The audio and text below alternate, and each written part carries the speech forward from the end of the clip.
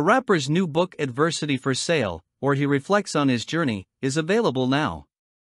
When Jeezy Jenkins had to choose between Arundel State Prison and the National Guard's Youth Challenge program for drug possession in 1994, he had no idea what lessons he'd learn along the way. In his new memoir, Adversity for Sale, Jenkins reflects on the trials and tribulations that led to his successful career. After years of stealing cars and dealing drugs, he chose to attend the Youth Challenge program in Fort Stewart, Georgia, and immediately knew it would be no walk in the park. You're basically in the Marines or the Army and people are telling you what to do. You gotta shine your boots, the rapper, 45, tells people exclusively. I don't know about anybody else, but I'm just not good at being told what to do. And I'm coming from a place where I'm basically a boss.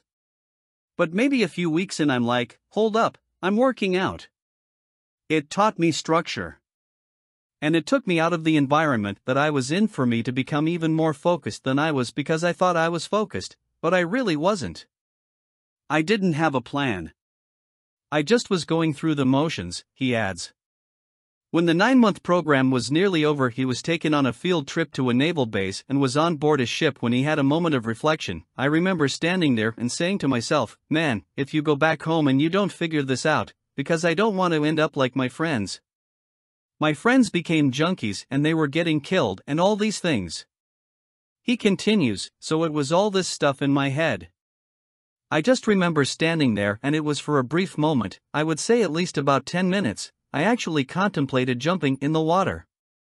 I had never had suicidal thoughts, but I thought, well, if I just jump in the water, I ain't gotta deal with this. I ain't gotta go back home.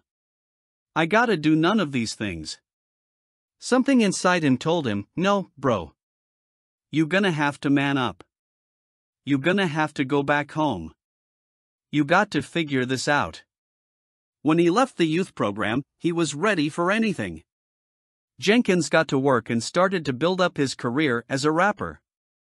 He made his debut in 2001 as Lil J with the release of Thuggin' Under the Influence and has released 10 studio albums since.